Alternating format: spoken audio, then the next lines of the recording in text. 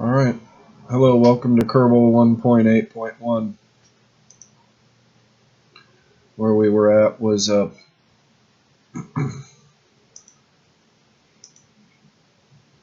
we were on a rescue mission, which this is the point in our career where we learned how to do a rendezvous. This is like the Atlas program. Now, we've done some stuff out of order, like that we flew by the moon, which is basically a long elliptical orbit out of the planet, a fly by the moon, come back. We've actually orbited the moon and done the spacewalk, and we're just now getting into the rescue operations. So I'm going to check right here. I just want to see. Rescue Leoff, Rescue Haynard. Okay, rescue missions are good. We've already completed the mission where we meet two ships in space. So the good thing about rescue missions is we get free Kerbinauts. I've already built a ship for this. It's called 4. And I kind of went fancy on this one. Let's look at it real quick. It's got a light on top. Got multiple solar panels. Radiator fins. 6 solid boosters. It's big. It's luxurious. It'll take 4 people to space. Hopefully 2 parachute system is enough to bring this back. Let me check my weight.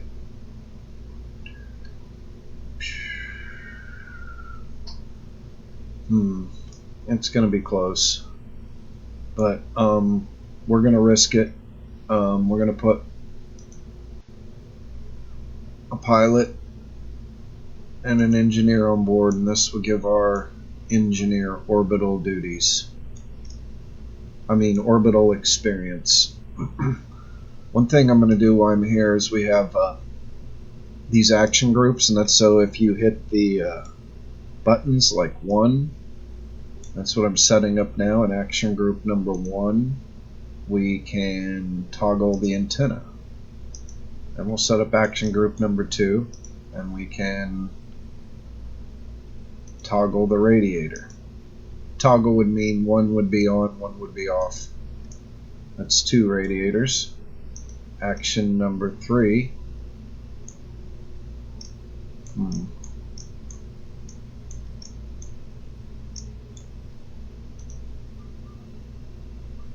Toggle light. Action number 4. Toggle light. Toggle light.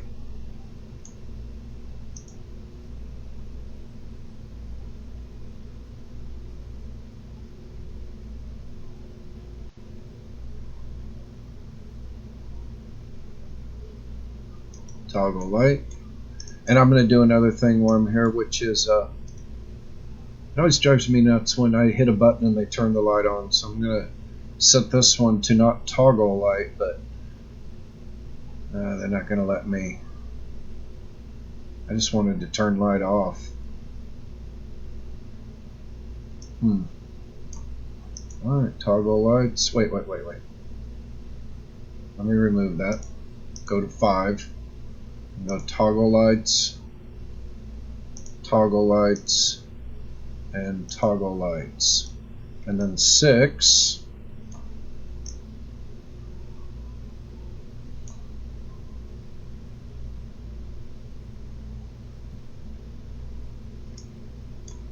I'm going to put on the engine, and I'm going to toggle the gimbal. Alright, and 10, what shall 10 be? I don't know. Anyway, you get the idea. Action groups is so we can hit a button and we get all functions at once. It's really convenient and more visually aesthetic when you have things that expand and contract in unison. You don't have to run around and click each one individual. These radiator panels will be a pain because they're each individual. Now I've just got them on, what I put radiator on? 2? Yep. number 2. Anyway, I forget what those are all the time. So at this point I'm going to save, and then we'll just go ahead and go right into launch.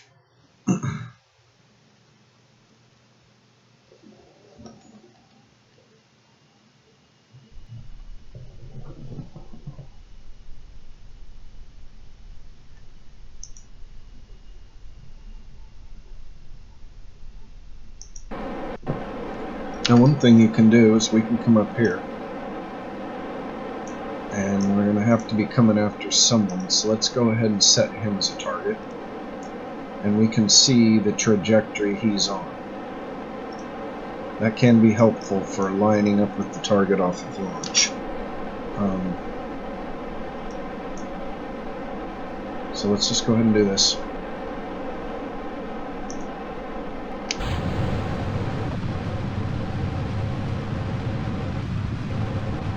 I have a TV on over here. I hope I'm not getting the residual noise bleeding in.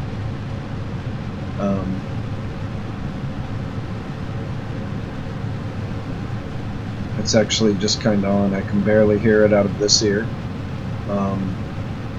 It's obscure enough I don't believe there's any copyright protections, and it's just kind of on like art.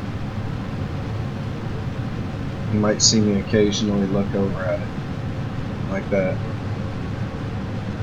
Alright, so we're about to run out of our solid boosters. And then I'm going to back this off to about right there at 1 G-force. And I see I'm already at 62, so I kind of have to move fast.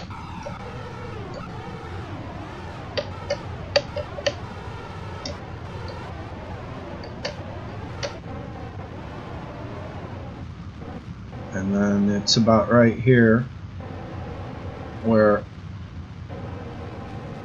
I won't give it any more gas than necessary to achieve positive speed. So see me backing off the gas, 840, 841, 842. That's stopped, 842.6. Then it started to take off again. So I'll just leave it there for a moment while I do some alignments and adjustments and observations.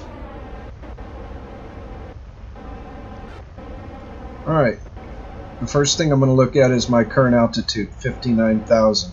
Good. I've got state of fuel. I'm going to reach space in 50 seconds, so 48. And I feel pretty good about that. That's moving in a positive direction. I'm going to back it down to 33% throttle, and I am moving in a positive direction. Anyway.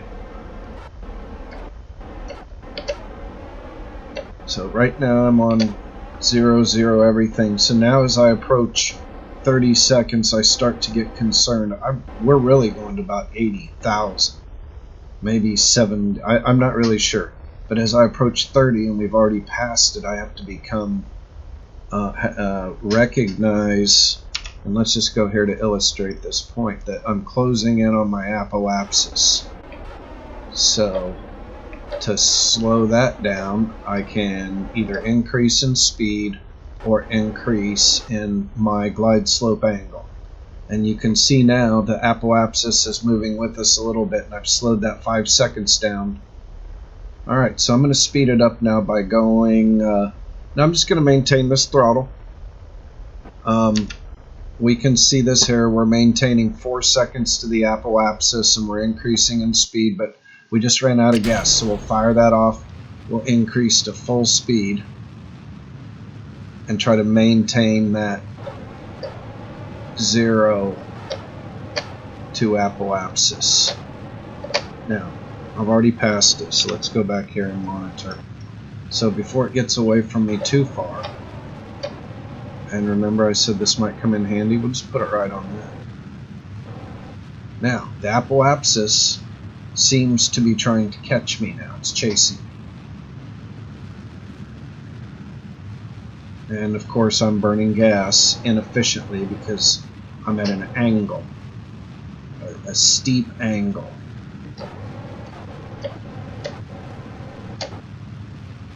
Alright, so as it passes over us, we'll go over some stuff real quick. Our goal is 2250 for our check. Alright, it's 1 second in front of us now. So we can start to close towards it this way and keep it right in front of us. And don't let it get too far in front of us because we are at full throttle. Things can get away from you fast at full throttle. Alright, it's coming back to us. I can back off a little. Alright, I'm pretty good with that. So, once again, we're going for 2250 as our first level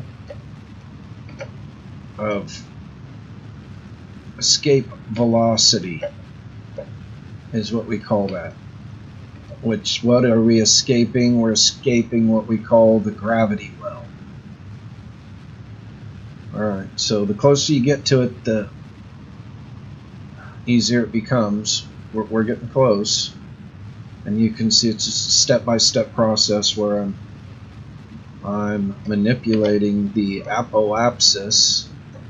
And I'd like to make a point that this is much easier if you have more power. We're just at this stage in our career where we have to kind of learn these things to succeed, which is very good for like what I'd call a continuous improvement future.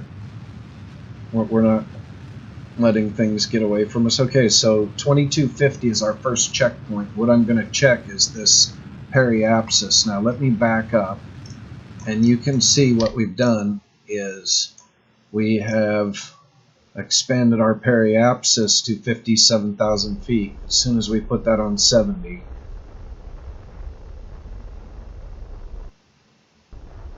and voila, we're in space. Alright, so the first thing I want to do is I want to check our target, which, where's our target? Okay, that's a good one behind us. Check our target at 76,000 periapsis and 80,000 apoapsis, so I at least want to put this on 76. And it sure does seem interesting that I'll just align it right up even if I don't make the full 76. I'll just put it right on top. That's our other alternative.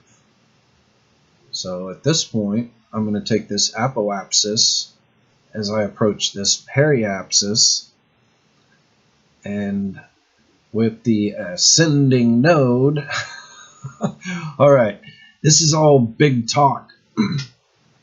For at the right moment, I'm going to make our circle grow on one end. We're going to make it oblong or unconcentric.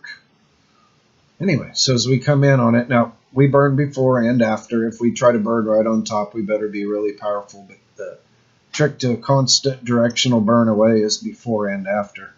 This isn't really a real super critical burn, so I'm just going to ram it when I get on top. And we can see that right about here. See, counting down to 4, 3. So I'm just going to press this, and look, my apoapsis is growing.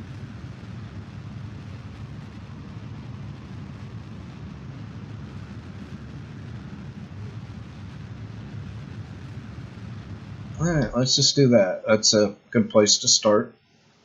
And then I'm going to actually warp up to my apoapsis.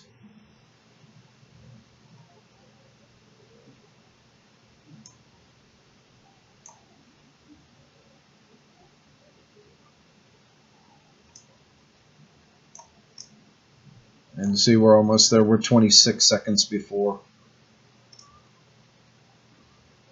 And then what I'm basically going to do is make my own 76125.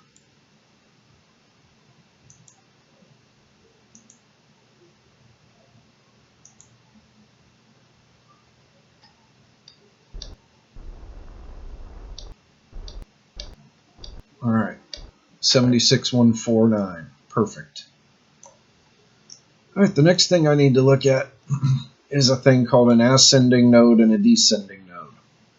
And it looks like we're really close, but this descending node, which is called a negative 0.5,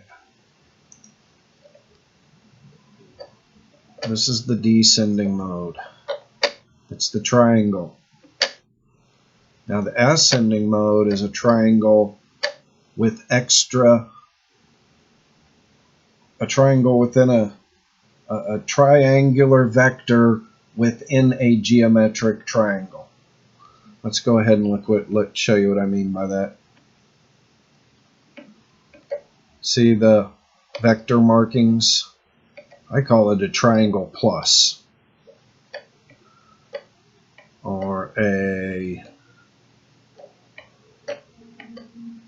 Now, this is what's ascending and descending here is the angularity in relation to the target. And what that means is basically if they were the same, they'd be like this. If I have an angular irregularity, one's like this and one's like this. Now, mind you, they're both spinning on a plate, on the edge of a plate. So we are very close, but if you look close, we're just a little bit off. So this is where you correct it right here on the descending node. Now you can correct it on the ascending node. Let's just go ahead and warp up there. Oh wow, I can push a button through the top of my, that's good. Now I don't have to push the... Alright, so as we approach it, I'm just going to give it some gas and light it up and show you. You're going to see it march down to 4, 3, 2, then 0. And then sometimes I just like to put the 0 right up here on our nearest point. Okay, now all I'm doing is taking steps to line this up to make this it's a step-by-step process to reduce steps in the future, if that makes any sense. We're getting things lined up. Like, look, my periapsis is fairly relative to my location, the ascending node 0, and our separation when we reach this orange indicator will be 509 meters. Now, once we pass it, let's go ahead and warp up to it. Once we pass it, what you're going to see is the next measurement as we come around on the next rotation. So it's going to indicate to us, and I'm going to get to my D to make the circle smaller, or something called retrograde, prograde and retrograde. So as soon as I pass it, it's going to tell me what's going to happen on our next pass, our next orbit, and this should come together. Okay, we can't continue on this path, so we have to hit our gas now and bring this thing backwards to us. See this? We were going to miss our mark. So what we're doing now is lining that up right there. All right, let's check it. We'll light it up so we can see. That's a 0.34. Okay, let's spin that around as quick as we can and put that back on 3, 2, 1, 0. All right, so our separation when we come back around will be 0 kilometers. Now, if it's 0, 0, then we are on a collision course. It's very bad. We're going to blow up. So, mind you, 0 is not always the best place to be. Actually, the real world astronauts, I heard Chris Hadfield talking about it, they have plans and contingencies so they actually avoid that. So they don't aim for the space station. They aim, this is a cargo resupply. They aim for a spot near it.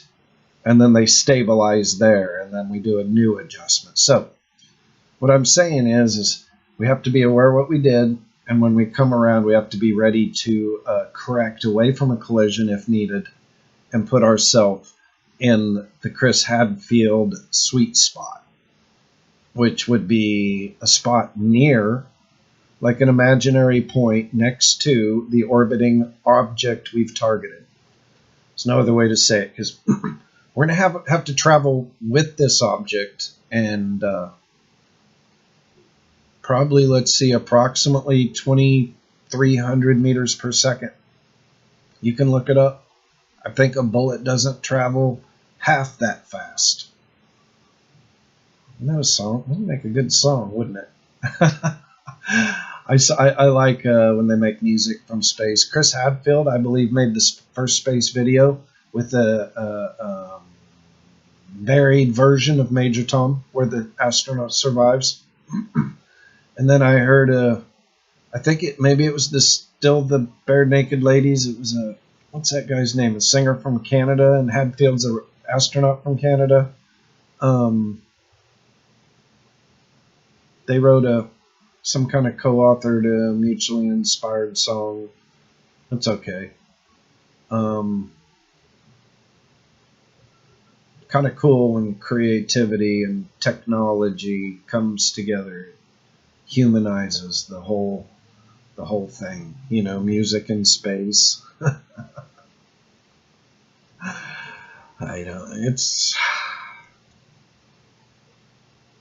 He wanted to take his guitar, and I guess it's boring up there between experiments, and when they're not keeping you busy, there may be nothing to do other than, meditate. So anyway, I guess practicing guitar went up. All right, so what we just talked about was a collision warning and a little bit of Chris Hadfield space video music nostalgia. Oh, if you have, by the way, back to the video. If you haven't seen it, it's really cool. In the Major Tom part, he's holding the guitar, and when he goes to the change, dun dun dun dun, he takes a single hand and flips the guitar, and it spins in like a low gravity vacuum orbit. It does this full rotation, and then he lifts his arm and he grabs it right on the fret, and like, bam, right on the change. So it's a zero gravity guitar flip, spin, grab, bam, on the change. It's awesome. Anyway, and he did it for real. No CGI like in the movies, and no simulated gravity with airplanes that make a dive to the ground and just take your gravity out from under you. You're in a free fall in atmosphere, but simulated 0G for, what is it, 45 seconds? Look that one up, but I forget what they call it. If you look up the keywords vomit, comet, aircraft, it'll give you everything you need. Anyway, that's what the people called it, the vomit comet, because several people would regurgitate as an act of this experience. Trained and untrained, skilled and not skilled. Anyway, all right, moving back to the game. 24-minute mark. Let's try to suck this up and in this video in 5 minutes. I'm going to warp here, and let's go ahead and take the ride. It's really fun.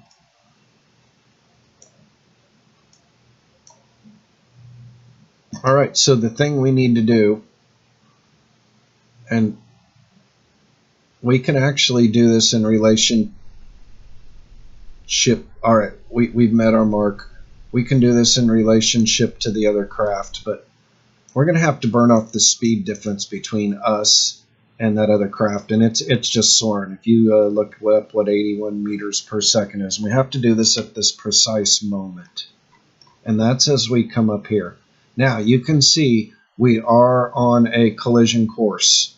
We absolutely are, so we may need to burn some of that off before we meet that mark in 36 seconds, and it will be behind us. So I'm just going to start burning it off now.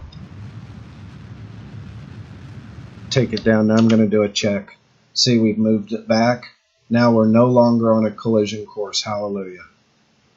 We're at a 0.5 kilometers off. That's about 500 meters. So I'm going to go ahead and drop all that down to 0 now. Let's just go ahead and match our speed. Everything's easier when you're going the same speed. Alright, so now here's our closest point. And I'm going to spin this around. And we're going to try to slow that down to 0. Alright, let's look at what we got. We should be pointed at it. I can't actually visually see it. And I've got the difficulty turned up so we don't get a big sign in the sky saying, here I am and you're this far from me. But what we can do is come back and check our target coordinates, which say we are about 1,600 meters apart and closing. That's 1.6 is how that would have read earlier. Remember, we were at 0, 0. So we either overshot or during our correction missed ourselves by 1.6. Now look, we can be 0.5 on the next time around. Let's just go look at something. I'm going to try to put it back on 0 again and see what it takes.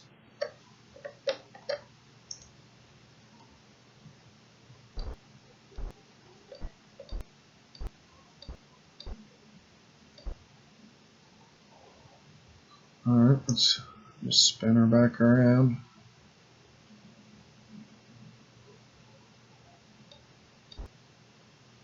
Alright, so I've got us set back up again for 0, 0. If we wanted to take the ride around, and up here we should be 5.6 kilometers apart at 13.5. So let's just go ahead and come back to our 0, 0 intersection, and we're going to take a ride during the accelerated time and see if we can actually spot this vehicle we're supposed to intercept.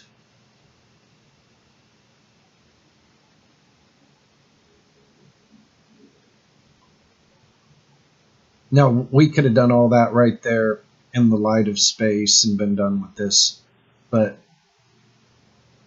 I'm just illustrating some type of fine-tuning technique in the event of low fuel. So, you know, everything's relative to how much energy you have, and it looks like we're on a pretty good collision course. I'm going to put us this way so we don't wreck into it, and that looks like that's that right there. See that object right below us flying with us? Let's go ahead and look and see when we're going to come up on it. And it looks like in 21 seconds we're going to collide with it. So